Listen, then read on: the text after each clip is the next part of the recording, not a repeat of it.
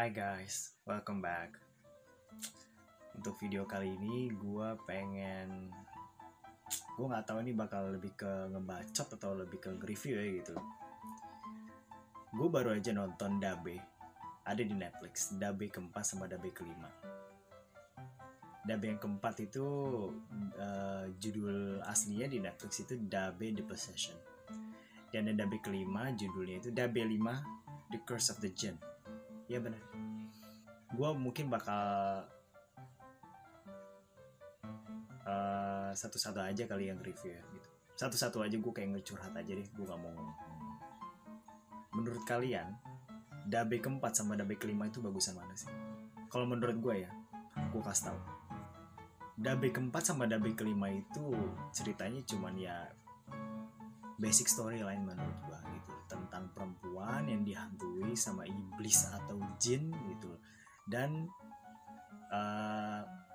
perempuan ini berusaha untuk melepaskan aji-ajiannya itu, di iblis dan jinnya itu dibantu sama seorang dukun atau seorang paranormal muslim gitu. Gue gak tahu itu gimana, gue ngerti lagi sama ceritanya. Dan gue bakal kasih tau lu Dabe keempat dulu ya gimana. Dabe keempat itu bagus banget men. Kalau menurut gue Dabe keempat bagus banget. Kenapa Dabe keempat itu bagus banget? Dabe keempat itu gue mesti hargain bahwa Dabe keempat itu bagus karena dari konsepnya. Gue akuin Dabe keempat itu bagus karena dari konsepnya. Dabe keempat itu ngambil konsep found footage, ya. Yang kalau misalkan lo tahu found footage itu tuh banyak banget dipakai di film-film Amerika gitu loh, such as Paranormal Activity, terus habis itu ada Grave Encounters dan banyak banget. Lu cek aja sendiri di Google, gue gak mau ngomong panjang lebar ya. Film ini juga menurut gue ya gitu, basic storyline, dan dia itu juga kepanjangan durasinya. Gue gak tahu itu durasinya 135 menit apa 131 menit ya, 2 jam 11 menit kayaknya ya, sekitar segituan lah gitu. Gue gak ngerasa ngantuk karena gue pikir film ini tuh apa ya, mungkin kayak film-film slow burn gitu loh gitu.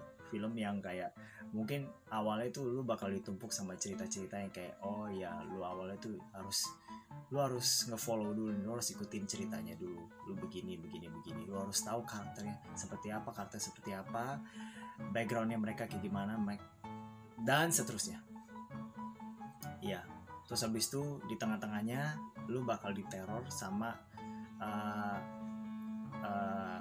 teror dari hantu-hantu itu. Dan kalau misalkan di film ini ya gitu, lu babak keduanya itu tuh bakal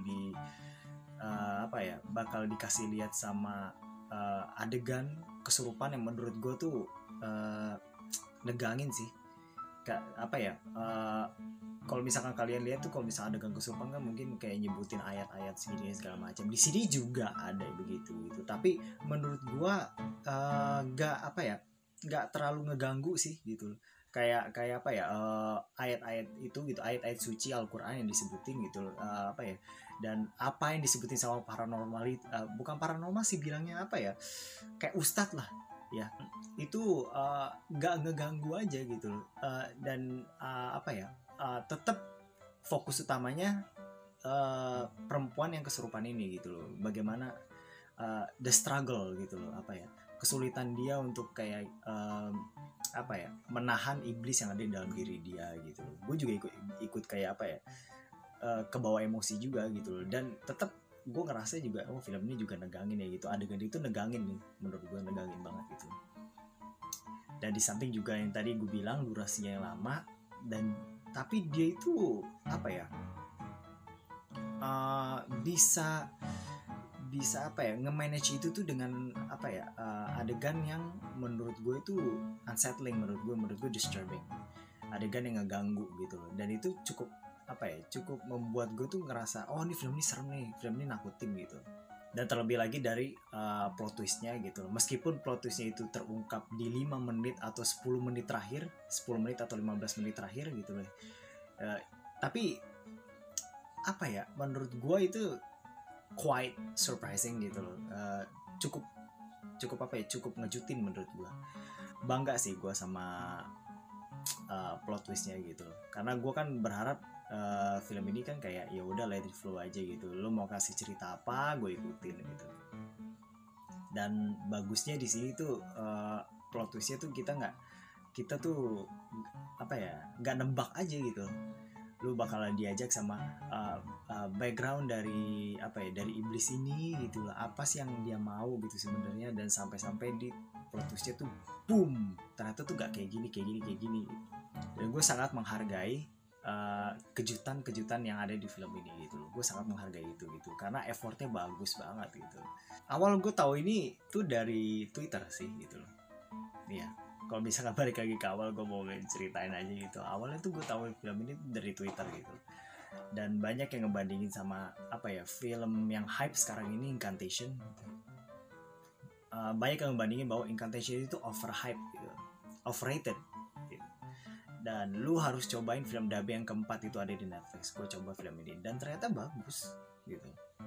Dan gue nggak ngerasa film ini bikin ngantuk dengan durasi yang panjang, meskipun ada beberapa bagian gitu yang bertele-tele gitu, tapi gue nggak ngerasa oh itu terganggu, nggak, ya udah gitu, biarin aja gitu, meskipun emang itu minor mistake sih jatuhnya gitu. A good attempt sih menurut gue gitu, usaha yang bagus untuk bisa bikin penonton tuh ketakutan lewat situ gitu, konsepnya gitu. Gue apresiasi sih film ini gitu. Oke, lanjut ya ke Dabe kelima, The Curse of the Jinn.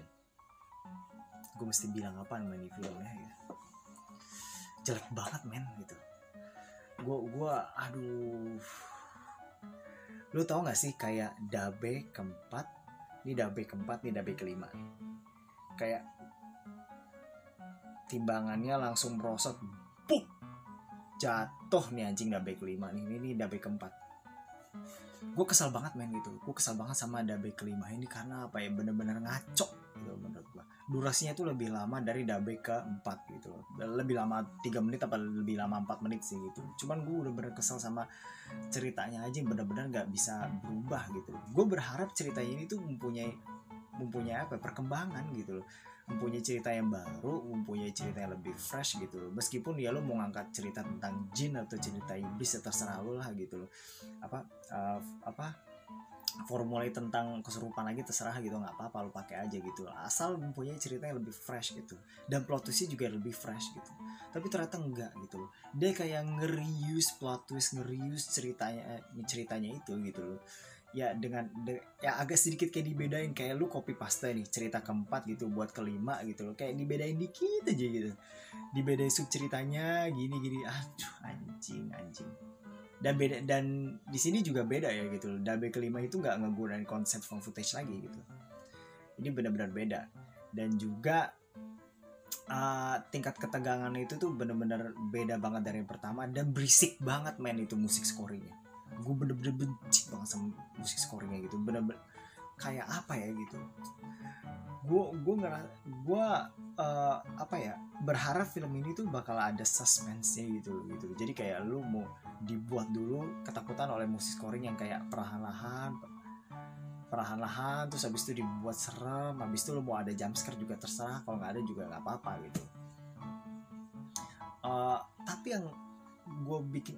yang bikin gue kesel tuh di sini tuh ya itu gitu, ada musik scoring apa nggak ada musik scoring, dan jump scare sepanjang film kayak ada jump scare gitu loh, kayak bener-bener berisik banget, boom, kayak bener-bener sialan gitu, kayak headset gue mau pecah rasanya. Gue ngerasa kayak kuping gue tuh udah nggak sehat lagi setelah nonton film ini anjing gitu. Sulit dah, gue kayak pengen apa ya, pengen ngasih film ini nilai bagus tuh gimana caranya gitu. Gue pengen suka sama nih film tapi susah gitu. Bener-bener kayak beda banget dari yang keempat gitu. Sebenarnya ada sih Dabe yang ke 1 sampai ke 3. 1 2 3 4 5 6 kayaknya ada nih. Dabe ke-6 gitu. Cuman gue belum nonton yang ke-6, 1 2 3 juga gue belum nonton. Baru ke-4 dan ke-5. Dan available di Netflix sih cuma ada 4 dan 5 sih gitu. Kalau misalkan ada 1 sampai 3 dan 6 juga ada, gue bakal nonton gitu. Tapi kebetulan aja gue baru kali ini nemu film horor satu franchise yang bener-bener kayak upside down gitu gitu loh, kayak bener kualitasnya ya gitu. Yang keempat udah bagus di atas, terus habis itu tiba-tiba lo yang kelima mau bikin setelah udah dibikin hasilnya itu bener-bener menurun drastis men gitu. Kecewa sih iya gitu. Gue ngerasa kayak film ini tuh lu nggak niat bikin yang kelima, lu cuma modal kayak jump scare, cuma modal hantu serem, muka serem doang, apa muka iblis serem apa gimana gitu. Plot twistnya juga kayak gue bodoh amat gitu anjing gitu. Gue ngerasa kesel gitu, gue ngerasa kayak bodoh sendiri gitu. Gue kayak diajak muter-muter gitu loh cerita ini gitu. Sialan CGI-nya juga cuy, CGI-nya cuy sumpah ganggu banget asli, gue nggak bohong gitu. Semua CGI itu tuh nggak pakai bagian CGI ini, bagian CGI bagian ini gitu, nggak, semuanya nggak ganggu anjir. Itu bener-bener lu kalau misalkan nggak mampu pakai CGI mending nggak usah pakai gitu, practical effect juga nggak apa-apa menurut gua gitu. Dan metode astagfirullahaladzim. Udahlah segitu aja ya gitu video gua kali ini. Jangan lupa like, share, subscribe. Sampai jumpa di video-video berikutnya. Oke, see you guys, bye.